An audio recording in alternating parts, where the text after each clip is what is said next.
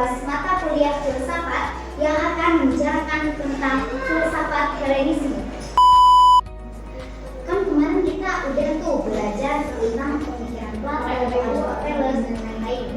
Nah sekarang kita mau bahas tentang filsafat Helenisme. Sebelumnya nih, aku mau tanya, Helenisme itu apa sih? Jadi Helenisme itu suatu percampuran budaya Yunani dan Timur. Nah, kemudian menciptakan serangkaian tradisi baru yang berpengaruh dalam seni, filsafat, dan kehidupan sehari-hari. Itu munculnya setelah kematian Alexander Agung pada tahun 323 sebelum Masehi. Jadi Helenisme itu ditandai dengan percampuran budaya Yunani dan Timur, lalu menciptakan serangkaian tradisi baru yang berpengaruh dalam seni, filsafat, dan kehidupan sehari-hari. Ya, Nah, setelah itu apa sih sejarah Helenisme itu?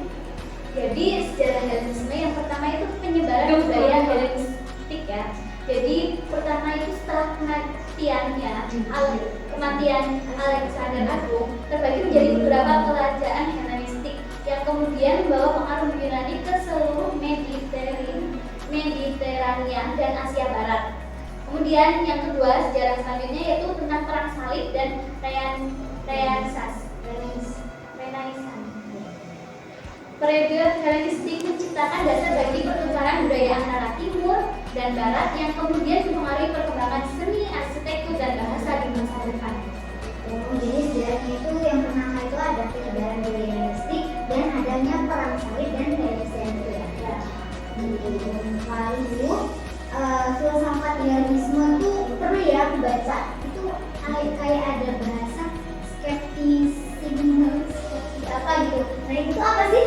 Oh, jadi paham filsafat Helenisme, ya itu paham. Jadi itu ada beberapa, ada tiga paham. Yang pertama itu skeptisisme. Nah itu yang pertama filsafat Helenistik menantang keyakinan absolut dan mempertanyakan pengetahuan manusia. Itu mempertanyakan tentang akal manusia gitulah. Yang kedua yaitu Stoikisme. Paham Stoikisme didasarkan pada prinsip kesabaran, ketabahan, dan penyadaran diri dalam menghadapi ketidakpastian kehidupan. Jadi tentang kesabaran dan penyadaran diri. Yang ketiga yaitu Epikureanisme. Filsafat ini menekankan pencarian kesenangan yang sederhana dan bebas dari gangguan untuk mencapai kebahagiaan. Itu ada tiga. Lalu perkembangan Helenisme di dunia itu apa aja?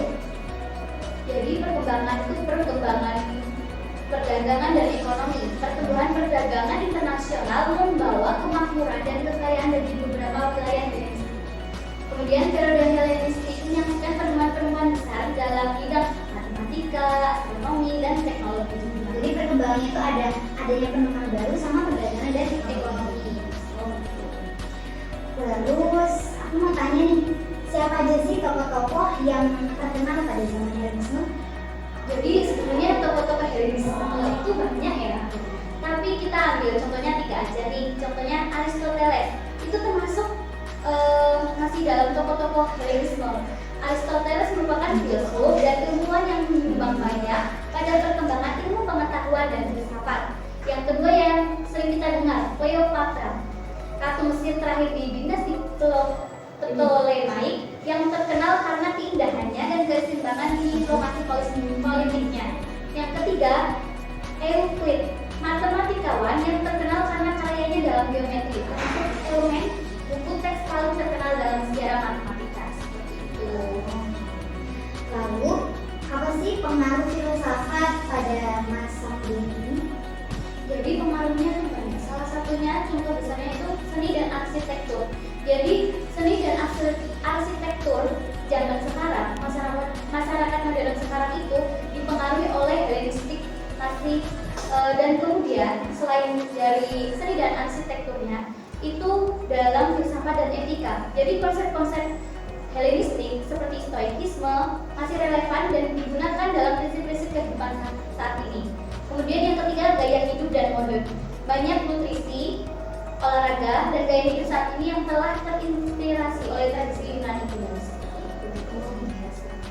Oke, jadi kesimpulannya adalah Helenisme Radikalisme itu memberi kontribusi besar bagi penyebaran budaya, seni, filsafat, dan ilmu pengetahuan yang itu berdampak pada peradaban global. Jadi juga Harus dilestarikan. harus dilestarikan karena hedonisme itu menjadi sumber inspirasi ya untuk memahami sejarah, kebijaksanaan, dan keindahan dalam hidup manusia. Cukup sekian podcast dari kita, saya Alimatur dan Nabila dan Rotul. Podcast ini usai begitu cepat, sama halnya dengan dia yang kisahnya singkat tapi kenangannya melekat. Oke, terima kasih. Wassalamualaikum warahmatullahi wabarakatuh.